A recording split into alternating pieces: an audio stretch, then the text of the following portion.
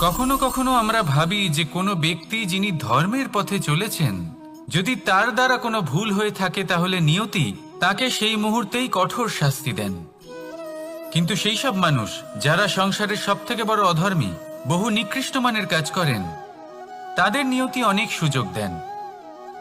তাদের নিয়তি এরকম কঠোর প্রহার করেন না। এই ভাবনা কখনো না কখনো মনে আসেই।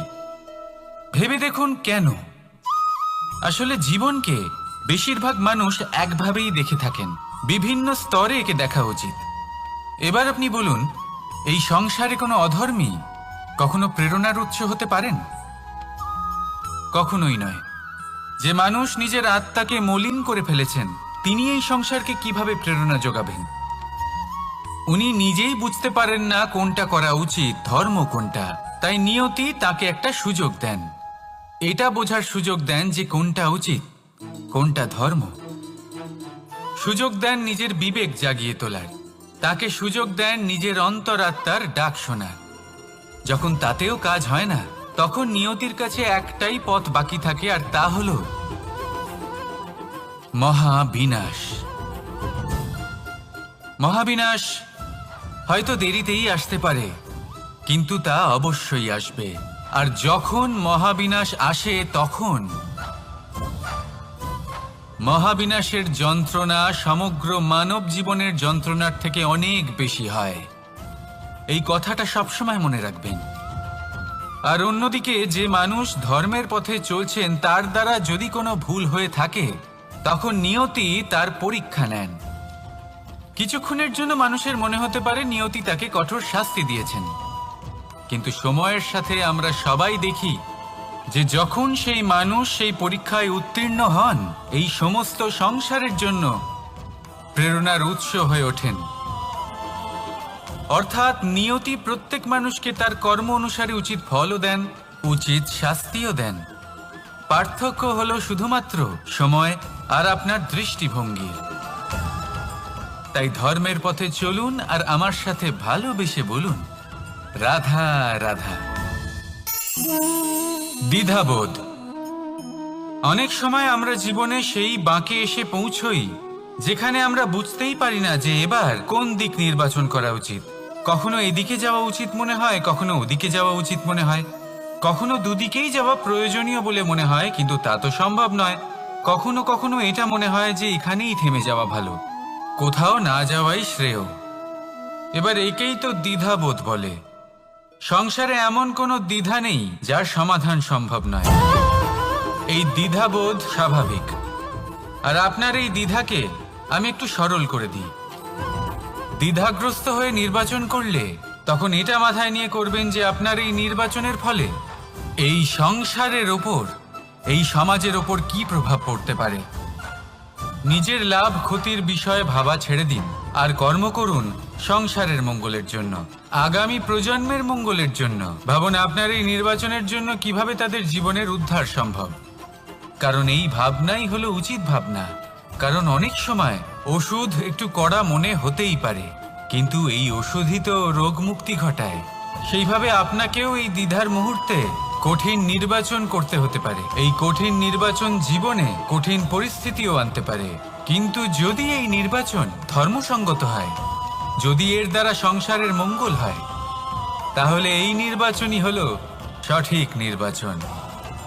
আসুন আমার সাথে ভালোবেসে বলুন, রাধা রাধা। মানুষ নানান ধরনের বাসনা পোষণ করেন, তাদের নানান ইচ্ছে থাকে, অভিলাষা থাকে, নানান কামনা করতে থাকেন, স্বপ্ন দেখেন, প্রার্থনা করেন যেন তা সফল হয়, নিজের সম্পন্নতা কামনা করেন, আর শেষে নিরাশ হয়ে যান কারণ এসব কিছুই পান না। আপনাকে একটা ছোট্ট উদাহরণ দিই। জঙ্গলের রাজা কাকে বলা হয়? সিংহকে। এবার যেহেতু সিংহ বনের রাজা, তাই হরিণ তো তার কাছে এসে এটা বলতে পারে না যে আপনি হলেন বনের রাজা, তাই আপনি আমাকে মেরে ফেলুন, আমাকে খেয়ে ফেলুন আর নিজের ক্ষুধা নিবারণ করুন। এমন তো হয় না। সিংহ যতই বনের রাজা হোক, তাকেও পরিশ্রম অবশ্যই করতে হয়, তবেই তার ক্ষুধা নিবারণ হয়। সেইভাবেই আপনার সমস্ত স্বপ্ন, আপনার সমস্ত ইচ্ছে, আপনার সমস্ত অভিলাষা, সমস্ত আকাঙ্ক্ষা পূরণ হবেই, অবশ্যই হবে, পরিশ্রমের দ্বারা। শুধু ভাবলেই হবে না। তাহলে আপনিও জীবনে পরিশ্রম করুন, নিজের সমস্ত স্বপ্ন পূরণ করুন, আর আমার সাথে ভালোবেসে বলুন, রাধা রাধা। আপনি কি কখনো কোনো উঁচু পর্বতের শিখরে পৌঁছতে পেরেছেন? যদি পৌঁছে থাকেন বা যদি আপনি কোনো উঁচু পর্বতের শিখরে যান, তাহলে ভালো করে দেখবেন, আপনি যত উঁচুতে অগ্রসর হতে থাকবেন, আস্তে আস্তে সমস্ত বনস্পতি বিলুপ্ত হতে থাকে। তারপরে সমস্ত গাছপালা, পশু পাখি সব বিলুপ্ত হতে থাকে। শেষ পর্যন্ত সেই শিখরে থেকে যায় শুধুমাত্র শান্তি, নীরবতা। আমাদের মানুষের সাথেও এটাই হয়। মানুষ যখন আত্মবিকাশের পথে অগ্রসর হতে থাকে এবং নিজের জীবনের শিখরে পৌঁছতে চায়, তখন তার একা থাকা অত্যন্ত প্রয়োজনীয় হয়। আর তাকে তখন ত্যাগ করতে হয় নিজের সুখ স্বাচ্ছন্দ্য, নিজের সম্পত্তি, নিজের সমৃদ্ধি, নিজের সৌন্দর্য। দেখুন, জীবনের শিখরে পৌঁছনো একেবারেই সহজ কাজ নয়। এ হলো অত্যন্ত দুর্গম এক পথ। কিন্তু যদি আপনি সেখানে পৌঁছতে চান, তাহলে আপনাকে ত্যাগের প্রবৃত্তি জাগিয়ে তুলতে হবে। ত্যাগ কি সেটা জানতে হবে, কারণ ত্যাগের ফলেই মনে শান্তি আসে, আর সেই শান্তির ফলে মনে উৎপন্ন হয় প্রেম। আর এই প্রেমই হলো জীবনের অন্তিম লক্ষ্য। তাহলে আসুন আমার সাথে ভালোবেসে বলুন, রাধা রাধা। অধিকার, এটা না কোনো সাধারণ শব্দ, না কোনো ব্যবসা, নিজেই একটা অদ্ভুত ব্যাপার। এই অধিকার স্বয়ং ঈশ্বর মানুষকে জীবন বাঁচার অধিকার দিয়েছেন। কিন্তু যখন কোনো নারীর অধিকারের প্রশ্ন আসে, তখন সেই অধিকারের সাথে কর্তব্য জুড়ে যায়। এবার নারীর অনেক অধিকারের মধ্যে একটা অধিকার হলো নিজের স্বামী নির্বাচন করা।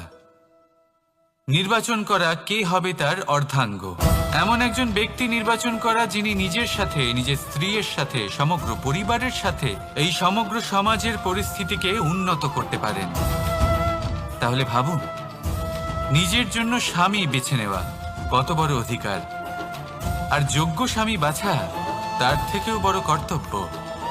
তাই নারীর অধিকারের সাথে যখন কর্তব্য শব্দ জুড়ে যায়, অধিকার নামক শব্দের মাহাত্ম্য আরো বেড়ে যায়। আপনিও নিজের জীবনে নিজের অধিকারের সাথে কর্তব্যকে জুড়ে দেখুন। যদি এরকম করেন, তাহলে সমস্ত স্বপ্ন পূর্ণ হবে, আর মন প্রসন্ন হয়ে বলবে, রাধা রাধা। কর্ম, কর্ম সর্বদাই শান্ত মনে করুন। ভিতের সেই ইটের মতো করুন যে শান্তভাবে 7 হাত গভীরে অবস্থান করে। সবার চোখ যায় শিখরের সেই পতাকার দিকে, কিন্তু শিখরে থাকা সেই পতাকা প্রতীক হলো ভিতের মধ্যে থাকা সেই ইটের শক্তির, যে শান্ত মনে নিজের কাজ করে গেছে। তাই এইভাবেই নিজের কর্ম করুন শান্ত মনে, সন্তোষ ভাব নিয়ে।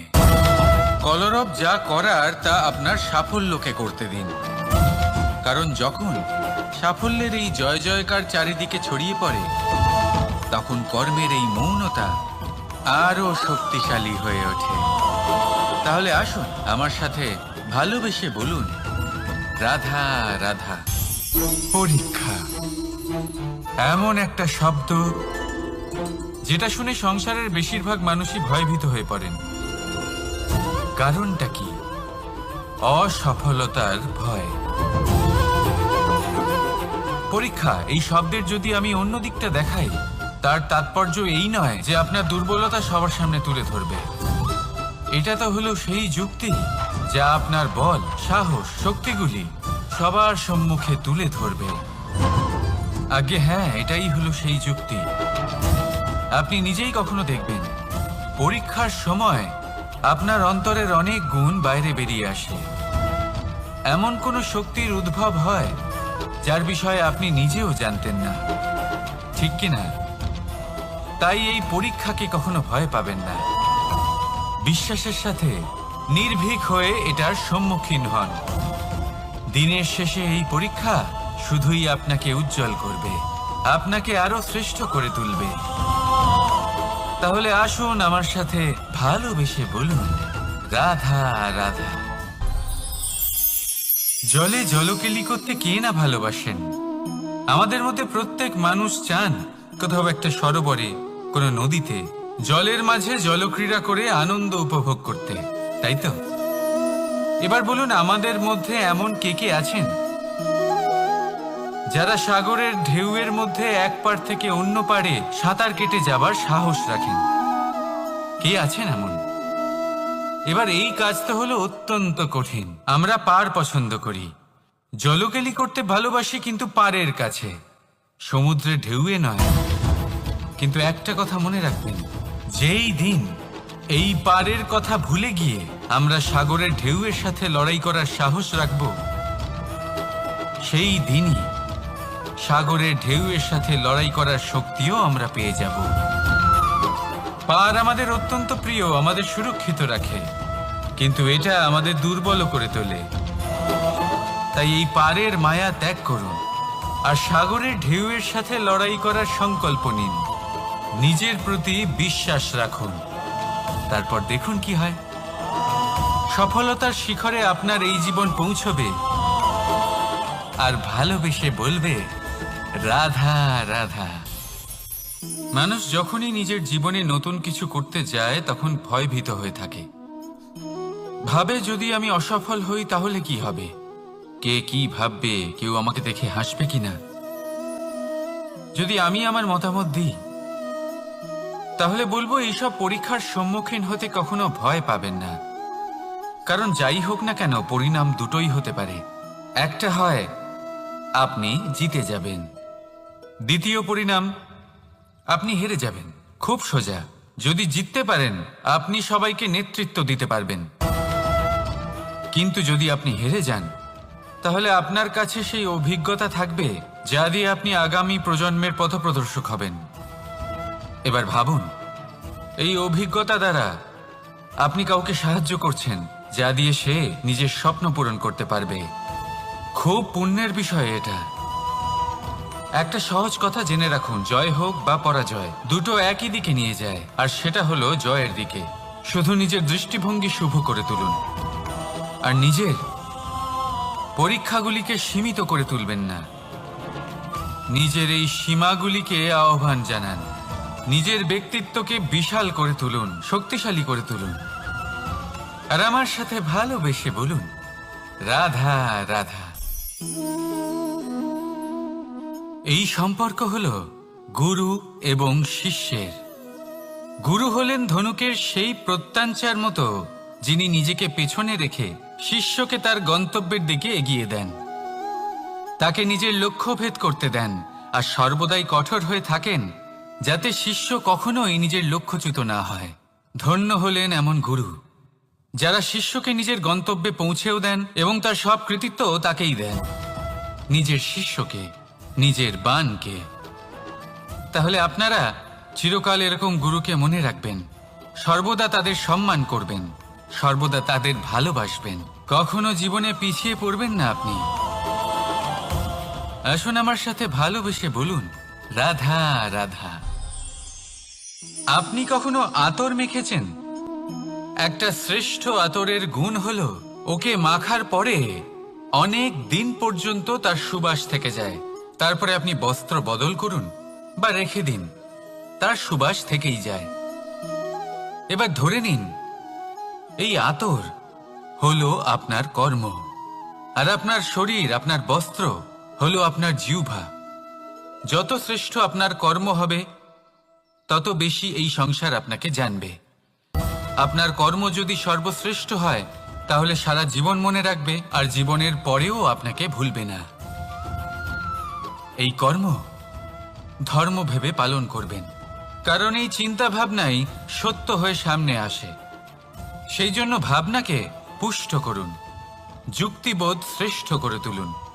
সবকিছু নিজে থেকেই হয়ে যাবে, পথ আপনা থেকেই সামনে চলে আসবে, কর্ম নিজে থেকেই হতে থাকবে। শুধু কর্ম ধর্ম মনে করে পালন করতে থাকুন। আর আমার সাথে ভালোবেসে বলুন, রাধা রাধা। এই জীবন, এই জীবন দেখতে গেলে কিন্তু খুবই কঠিন। এই জীবন কি করি হে নারায়ণ, এটাকে একটু সহজ কি করে করে তোলা যায়, এই প্রশ্নই তো আসছে মনে। এর উত্তর স্বয়ং সেই মানুষের মধ্যেই লুকিয়ে, তার সিদ্ধান্তে, তার নির্বাচনের মধ্যে লুকিয়ে। এবার জীবনের যে কঠিন সময়গুলো থাকে সেগুলো সেই প্রসঙ্গের মতোই হয়। যেমন ধরুন, আপনি হাঁটছেন হাঁটছেন আর হঠাৎ করে পায়ে কাঁটা ফুটে গেল। এবার আপনি কি করবেন? এমনও ব্যক্তি আছেন যারা সেই কষ্টের কারণে, সেই কষ্ট পাওয়ার ভয় পিছিয়ে আসেন। এমনও কিছু ব্যক্তি থাকেন যারা সেই আঘাতে নিরাময় করার জন্য সময় নষ্ট করবেন, কতটা জানি না। এমনও কিছু ব্যক্তি থাকতে পারেন যিনি হয়তো সেই কাঁটাকে তুলে নিয়ে তার ব্যবহার গজালের মতো করবেন, তাকে দেওয়ালে পুঁতে একটা সুন্দর ছবি লাগাবেন যাতে সেই দেওয়াল আরো সুন্দর দেখতে মনে হয়। এটাই জীবনের সাথেও হতে পারে। এবার দেখুন, জীবন হলো কঠিন নাকি অত্যন্ত কঠিন সেটা গুরুত্বপূর্ণ নয়, সেটাকে সরল করার জন্য আপনি কি করছেন সেটা গুরুত্বপূর্ণ। জেনে রাখুন, আমরা সবাই মরণশীল, আমাদের সবার মৃত্যু হবে, প্রত্যেককেই এক না একদিন অবশ্যই মরতে হবে। এবার যখন সেটা হতেই চলেছে, তাহলে ভয় কেন পাবো, চিন্তা কেন করব? দুশ্চিন্তা করলে কি এর সমাধান হয়ে যাবে? কখনোই নয়। যা প্রারব্ধ তা হবেই। তাই জীবন এই কিছুক্ষণ আপনাকে বাঁচার জন্য দিয়েছে, তা বাঁচতে শুরু করে দিন। জীবনে যা পরিস্থিতি আসুক তা ধন্যাত্মক দৃষ্টিভঙ্গি দিয়ে দেখা শুরু করুন। এটা যদি আপনি শিখে নিতে পারেন, তাহলে আপনার এই জীবন সুখ ও প্রসন্নতা দ্বারা ভরে উঠবে। আর এই প্রসন্নতাই আপনি বলবেন, রাধা রাধা। বৃষ্টির জল যখন মেঘের দ্বারা টিপ টিপ করে ঝরে পড়ে তখন কি ভালো লাগে, তাই না? শুধু যে এই আবহাওয়া ভালো করে তুলে তাই নয়, এই মাটিতে সমাহিত হয়ে একটা অত্যন্ত সুন্দর গন্ধ উৎপন্ন করে। এই লতা পাতা, এই বৃক্ষ এদের জীবন দান করে, এদের পুষ্ট করে তোলে, আর তার সাথে অনেক জীবের কল্যাণ করে। কিন্তু ভাবুন, যখন বজ্রপাত হয় তখন কি হয়? এই সমস্ত জলের ফোঁটা অনিয়ন্ত্রিত হয়ে যায়, একটা ভয়ানক বন্যার রূপ নিয়ে নেয়, যা শুধুমাত্র মহাবিনাশ করে। এর সারমর্ম কি? এর সারমর্ম হলো কর্ম করুন, কিন্তু তার নিয়ন্ত্রণ রেখে। যদি আপনি নিয়ন্ত্রণে না থাকেন, তাহলে আপনিও জীবনরূপী এই বর্ষার পরিবর্তে ভয়ানক বন্যার রূপ ধারণ করবেন। এবার বিকাশ ঘটাবেন নাকি বিনাশ, সিদ্ধান্ত হলো আপনার। যদি বিকাশ ঘটাতে চান, তাহলে নিজের কর্মের সাথে সাথে নিজের মনকেও নিয়ন্ত্রণ করতে শিখুন। এই মনকে সংযত করুন, একে নিয়ন্ত্রণে রাখুন, নিজের কর্মকে নিয়ন্ত্রণে রাখুন, ভারসাম্য বজায় রাখুন। আর আমার সাথে ভালোবেসে বলুন, রাধা রাধা। কখনো ঘোড়া আর তার ঘোড়সওয়ারিকে দেখেছেন? ঘোড়ার ডান এবং বাম দিকে যেন একটা পর্দা লাগানো থাকে। তার কারণ কি? যাতে ঘোড়া অন্য কোনো দিকে দেখতে না পায়, শুধুমাত্র সামনে দেখে আর সেই দিকেই এগোতে থাকে। বলতে গেলে এটা খুব সাধারণ ব্যাপার, কিন্তু এর পেছনে খুব বড় এক বিজ্ঞান লুকিয়ে রয়েছে। আপনি যদি জীবনে নিজের লক্ষ্যে পৌঁছতে চান, তাহলে আপনাকে এদিক ওদিক তাকানো বন্ধ করতে হবে, শুধু সামনে নিজের লক্ষ্যের দিকে তাকিয়ে থাকতে হবে। তখনই জীবনে সাফল্য লাভ করবেন।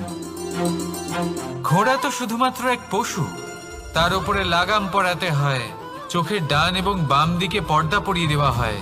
আপনি হলেন মানুষ, আপনাকে লাগাম কে পরাবে? কেউ না। এটা আপনাকে নিজেকেই করতে হবে। মনের গভীরে প্রবেশ করুন আর আবেগগুলিকে লাগাম পরান, তাদের নিয়ন্ত্রণ করতে শিখুন। আর নিজের দৃষ্টি সামনে, শুধু নিজের লক্ষ্যের দিকে। মনে রাখবেন, যদি আপনার দৃষ্টি শুধুমাত্র নিজের লক্ষ্যে থাকে, তাহলে লক্ষ্য ভেদ অবশ্যই করবেন। যদি একাগ্রতা এদিক ওদিক চলে যায়, তাহলে লক্ষ্য হারিয়ে যাবে।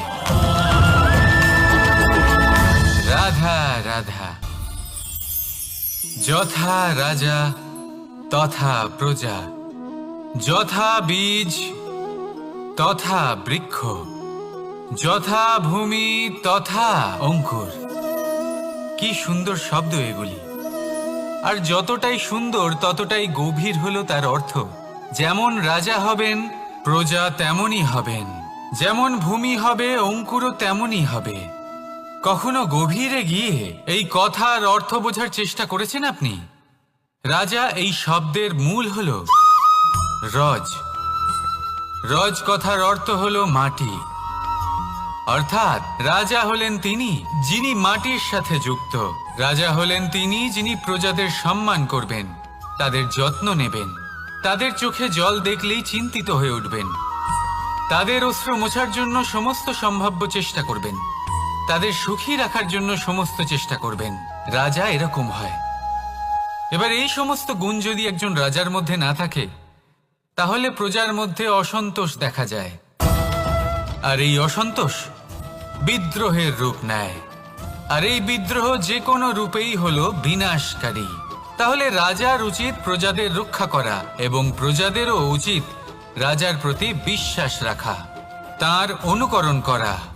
এই দুজন যখন এক হবেন, তখনই শাসন স্থির হবে, তখনই এই দেশ নিয়ন্ত্রণে থাকবে।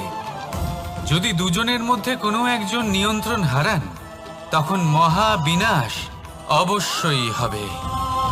তাহলে রাজা নিজের কর্ম করবেন আর প্রজা নিজের ধর্ম পালন করবেন, আর আমার সাথে ভালোবেসে বলবেন রাধা রাধা।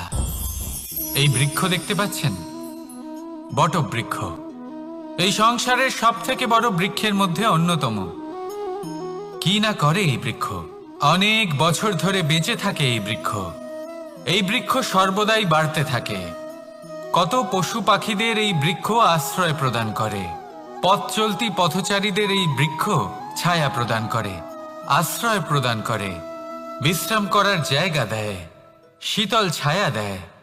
বটবৃক্ষ সংসারের সব থেকে বড় বৃক্ষদের মধ্যে একটা বৃক্ষ। এই বৃক্ষের বীজ সর্ষে দানার থেকেও ছোট হয়, কিন্তু তা মাটির মধ্যে সমাহিত হয়ে যায়, নিজের খোলসকে ভেঙে প্রথমবার অঙ্কুরিত হয়। আর তারপরে আস্তে আস্তে আস্তে একটা ছোট্ট বীজ একটা বিশাল বটবৃক্ষে পরিণত হয়। জীবনে যদি সাফল্য পেতে চান, তাহলে এইভাবেই এগোতে হবে। ছোট ছোট পদক্ষেপের দ্বারা এই পথ চলা শুরু করতে হবে। সেই জন্য ছোট কাজ করতে কখনো সংকোচ করবেন না, ছোট কাজ করতে কখনো লজ্জা পাবেন না। যদি এই ছোট ছোট কাজ পূর্ণ নিষ্ঠা দিয়ে, পূর্ণ মনোযোগ দিয়ে, সততার সাথে করতে পারেন, তাহলে এই ছোট কাজের আকার বাড়তে থাকবে। তাই কাজগুলিকে কাজের মতোই দেখতে শুরু করুন। ছোট কাজ বা বড় কাজ এরকম ভাববেন না। তাহলে কর্ম করতে থাকুন। জীবনে আপনার অস্তিত্ব বটবৃক্ষের থেকেও বড় করে তুলুন। তাহলে আসুন আর আমার সাথে ভালোবেসে বলুন রাধা রাধা। ভগবান আর ভুল, এই দুই একই অক্ষর দিয়ে শুরু হয়। শুধু তাই নয়, এদের দুজনের রাশিও সমান। এবারে আপনারা বলবেন যে ভগবান, ভুল, এদের মধ্যে কিভাবে মিল থাকতে পারে? অনেক বড় মিল আছে। না শুধু এ এক অক্ষর দিয়ে শুরু হয়, বরং এদের বিজয় মন্ত্রটাও এক। ভগবানকে মানুন, তাকে বিশ্বাস করুন, তাকে স্বীকার করুন। এটা করলে মনের দৃষ্টি থেকে ভগবানকে দেখা যায়, আর উনি আপনাকে সমৃদ্ধ করে তোলেন। ভুলের সাথেও এটাই ঘটে।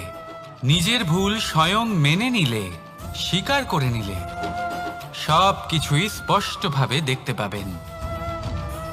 যেদিন থেকে আপনি নিজের ভুল মেনে নিতে শিখবেন, সেদিন থেকে সেই ভুল শোধরানোর প্রক্রিয়াও শুরু হয়ে যাবে। আপনি বুঝে যাবেন নিজের ভুল কিভাবে শোধরাতে হয়। তাই মনে রাখবেন, নিজেকে শ্রেষ্ঠ করে তোলার জন্য নিজের ভুল স্বীকার করা অত্যন্ত প্রয়োজনীয়। এই জীবনে শান্তি আনার জন্য ঈশ্বরকে মেনে নেওয়াও অত্যন্ত প্রয়োজনীয়। সবসময় নিজের গুণ এবং নিজের দোষ মনে রাখবেন। আজীবন সুখী থাকবেন। রাধা রাধা। আমরা সব সময় চাই যে এই সংসার আমাদের জ্ঞানী বলবে, বুদ্ধিমান বলবে, বুঝদার বলবে, কিন্তু মূর্খ মূর্খ যেন কেউ না বলে। মূর্খ শব্দটা আমরা কেউ শুনতে চাই না, দূরে পালাতে থাকি। কিন্তু একটা সত্যি সবার কাছে অজানা, যে মূর্খ হওয়া হলো বুদ্ধিমান হওয়ার দিকে সর্বপ্রথম পদক্ষেপ।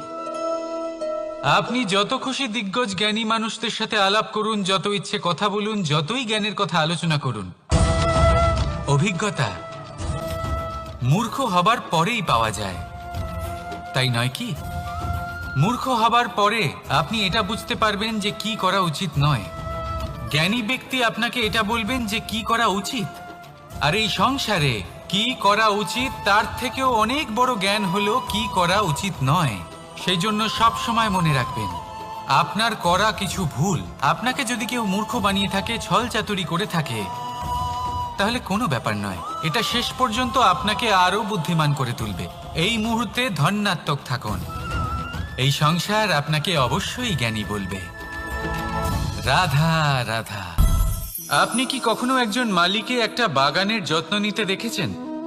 যদি কখনো একটা গাছে উই ধরে যায়, মালি তখন শুধু সেই গাছের নয়, সমস্ত বাগানের চিকিৎসা করায়।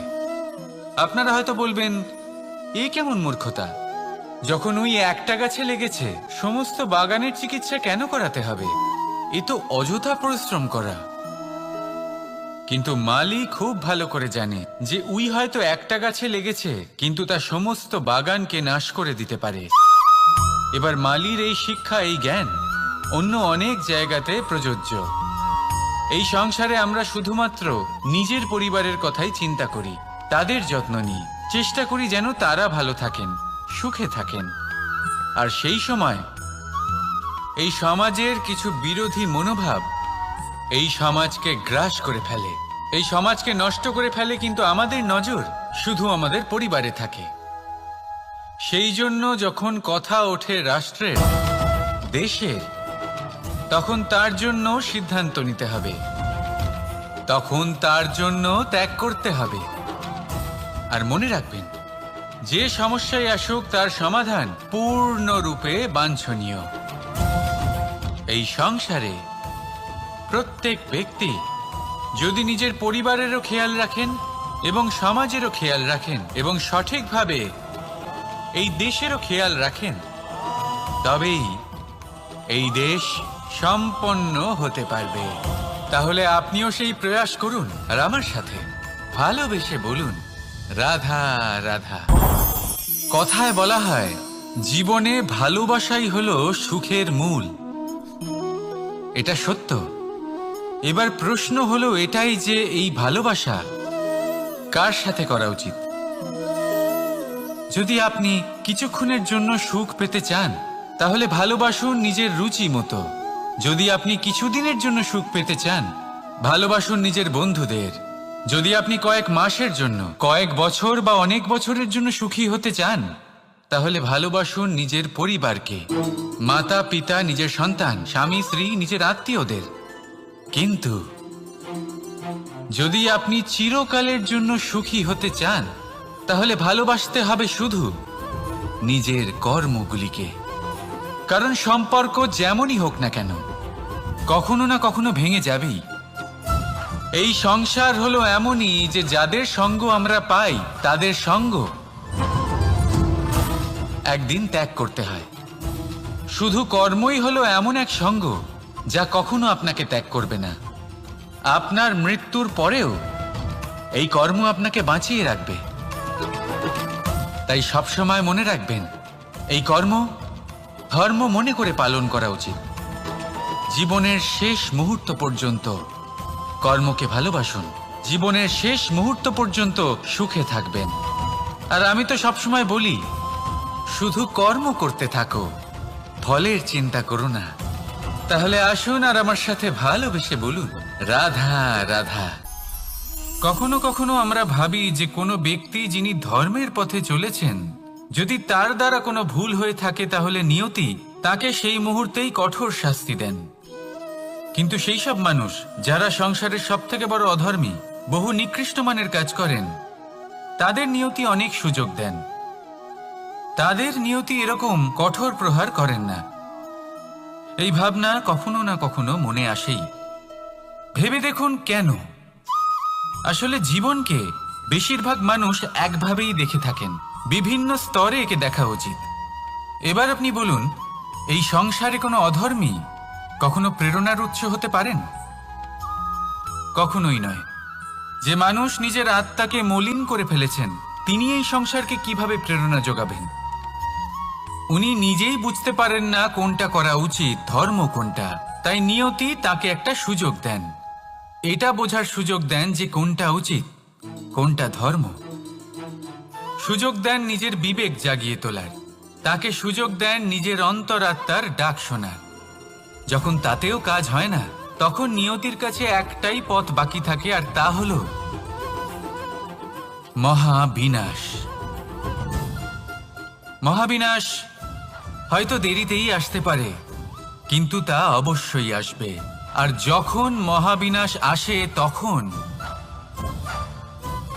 মহাবিনাশের যন্ত্রণা সমগ্র মানব জীবনের যন্ত্রণার থেকে অনেক বেশি হয়। এই কথাটা সবসময় মনে রাখবেন। আর অন্যদিকে যে মানুষ ধর্মের পথে চলছেন, তার দ্বারা যদি কোনো ভুল হয়ে থাকে, তখন নিয়তি তার পরীক্ষা নেন।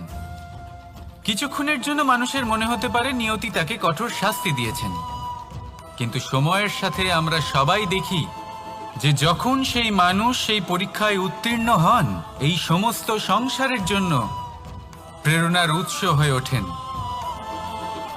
অর্থাৎ নিয়তি প্রত্যেক মানুষকে তার কর্ম অনুসারে উচিত ফলও দেন, উচিত শাস্তিও দেন। পার্থক্য হলো শুধুমাত্র সময় আর আপনার দৃষ্টিভঙ্গি।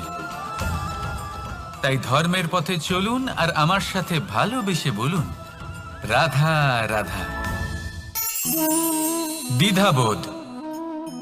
অনেক সময় আমরা জীবনে সেই বাঁকে এসে পৌঁছই যেখানে আমরা বুঝতেই পারি না যে এবার কোন দিক নির্বাচন করা উচিত। কখনো এদিকে যাওয়া উচিত মনে হয়, কখনো ওদিকে যাওয়া উচিত মনে হয়, কখনো দুদিকেই যাওয়া প্রয়োজনীয় বলে মনে হয়, কিন্তু তা তো সম্ভব নয়। কখনো কখনো এটা মনে হয় যে এখানেই থেমে যাওয়া ভালো, কোথাও না যাওয়াই শ্রেয়। এবার একেই তো দ্বিধাবোধ বলে। সংসারে এমন কোনো দ্বিধা নেই যার সমাধান সম্ভব নয়। এই দ্বিধাবোধ স্বাভাবিক। আর আপনার এই দ্বিধাকে আমি একটু সরল করে দিই। দ্বিধাগ্রস্ত হয়ে নির্বাচন করলে তখন এটা মাথায় নিয়ে করবেন যে আপনার এই নির্বাচনের ফলে এই সংসারের ওপর, এই সমাজের ওপর কি প্রভাব পড়তে পারে। নিজের লাভ ক্ষতির বিষয়ে ভাবা ছেড়ে দিন আর কর্ম করুন সংসারের মঙ্গলের জন্য, আগামী প্রজন্মের মঙ্গলের জন্য। ভাবুন আপনার এই নির্বাচনের জন্য কিভাবে তাদের জীবনের উদ্ধার সম্ভব। কারণ এই ভাবনাই হলো উচিত ভাবনা। কারণ অনেক সময় ওষুধ একটু কড়া মনে হতেই পারে, কিন্তু এই ওষুধই তো রোগ মুক্তি ঘটায়। সেইভাবে আপনাকেও এই দ্বিধার মুহূর্তে কঠিন নির্বাচন করতে হতে পারে। এই কঠিন নির্বাচন জীবনে কঠিন পরিস্থিতিও আনতে পারে, কিন্তু যদি এই নির্বাচন ধর্মসঙ্গত হয়, যদি এর দ্বারা সংসারের মঙ্গল হয়, তাহলে এই নির্বাচনই হলো সঠিক নির্বাচন।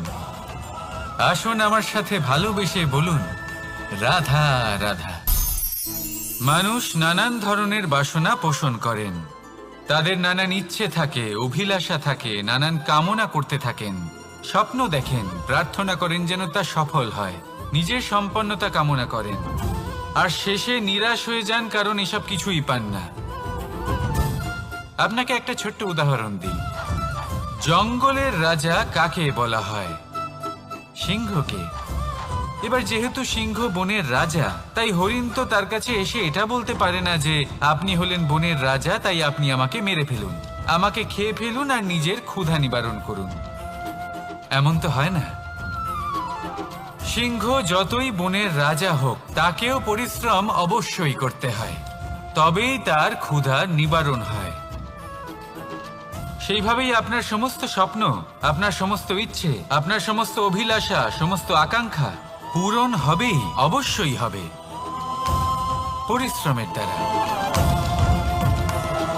শুধু ভাবলেই হবে না, তাহলে আপনিও জীবনে পরিশ্রম করুন, নিজের সমস্ত স্বপ্ন পূরণ করুন, আর আমার সাথে ভালোবেসে বলুন, রাধা রাধা। আপনি কি কখনো কোনো উঁচু পর্বতের শিখরে পৌঁছতে পেরেছেন? যদি পৌঁছে থাকেন বা যদি আপনি কোনো উঁচু পর্বতের শিখরে যান, তাহলে ভালো করে দেখবেন, আপনি যত উঁচুতে অগ্রসর হতে থাকবেন আস্তে আস্তে সমস্ত বনস্পতি বিলুপ্ত হতে থাকে। তারপরে সমস্ত গাছপালা, পশু পাখি সব বিলুপ্ত হতে থাকে। শেষ পর্যন্ত সেই শিখরে থেকে যায় শুধুমাত্র শান্তি, নীরবতা। আমাদের মানুষের সাথেও এটাই হয়। মানুষ যখন আত্মবিকাশের পথে অগ্রসর হতে থাকে এবং নিজের জীবনের শিখরে পৌঁছতে চায়, তখন তার একা থাকা অত্যন্ত প্রয়োজনীয় হয়। আর তাকে তখন ত্যাগ করতে হয় নিজের সুখ স্বাচ্ছন্দ্য, নিজের সম্পত্তি, নিজের সমৃদ্ধি, নিজের সৌন্দর্য। দেখুন, জীবনের শিখরে পৌঁছনো একেবারেই সহজ কাজ নয়। এ হলো অত্যন্ত দুর্গম এক পথ। কিন্তু যদি আপনি সেখানে পৌঁছতে চান, তাহলে আপনাকে ত্যাগের প্রবৃত্তি জাগিয়ে তুলতে হবে। ত্যাগ কি সেটা জানতে হবে, কারণ ত্যাগের ফলেই মনে শান্তি আসে, আর সেই শান্তির ফলে মনে উৎপন্ন হয় প্রেম। আর এই প্রেমই হলো জীবনের অন্তিম লক্ষ্য। তাহলে আসুন আমার সাথে ভালোবেসে বলুন, রাধা রাধা।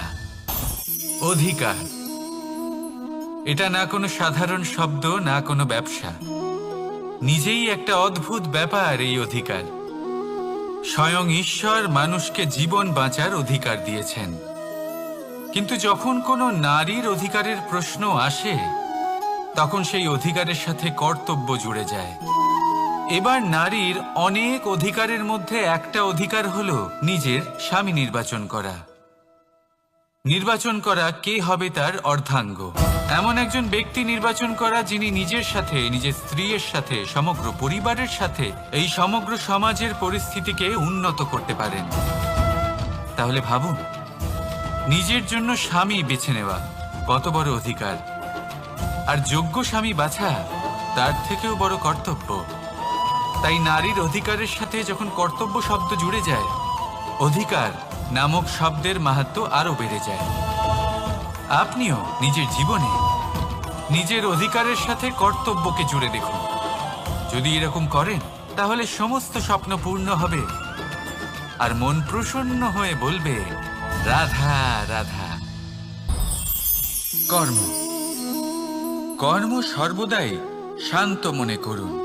ভিতের সেই ইটের মতো করুন যে শান্তভাবে 7 হাত গভীরে অবস্থান করে। সবার চোখ যায় শিখরের সেই পতাকার দিকে, কিন্তু শিখরে থাকা সেই পতাকা প্রতীক হলো ভিতের মধ্যে থাকা সেই ইটের শক্তির, যে শান্ত মনে নিজের কাজ করে গেছে। তাই এইভাবেই নিজের কর্ম করুন শান্ত মনে, সন্তোষ ভাব নিয়ে। কলরব যা করার তা আপনার সাফল্যকে করতে দিন, কারণ যখন সাফল্যের এই জয় জয়কার চারিদিকে ছড়িয়ে পড়ে, তখন কর্মের এই মৌনতা আরো শক্তিশালী হয়ে ওঠে। তাহলে আসুন আমার সাথে ভালোবেসে বলুন, রাধা রাধা। পরীক্ষা এমন একটা শব্দ যেটা শুনে সংসারের বেশিরভাগ মানুষই ভয়ভীত হয়ে পড়েন। কারণটা কি? অসফলতার ভয়। পরীক্ষা এই শব্দের যদি আমি অন্য দিকটা দেখাই, তার তাৎপর্য এই নয় যে আপনার দুর্বলতা সবার সামনে তুলে ধরবে। এটা তো হলো সেই যুক্তি যা আপনার বল, সাহস, শক্তিগুলি সবার সম্মুখে তুলে ধরবে। আগে হ্যাঁ, এটাই হলো সেই যুক্তি। আপনি নিজেই কখনো দেখবেন, পরীক্ষার সময় আপনার অন্তরের অনেক গুণ বাইরে বেরিয়ে আসে। এমন কোনো শক্তির উদ্ভব হয় যার বিষয়ে আপনি নিজেও জানতেন না, ঠিক কিনা? তাই এই পরীক্ষাকে কখনো ভয় পাবেন না। বিশ্বাসের সাথে নির্ভীক হয়ে এটার সম্মুখীন হন। দিনের শেষে এই পরীক্ষা শুধুই আপনাকে উজ্জ্বল করবে, আপনাকে আরো শ্রেষ্ঠ করে তুলবে। তাহলে আসুন আমার সাথে ভালোবেসে বলুন, রাধা রাধা।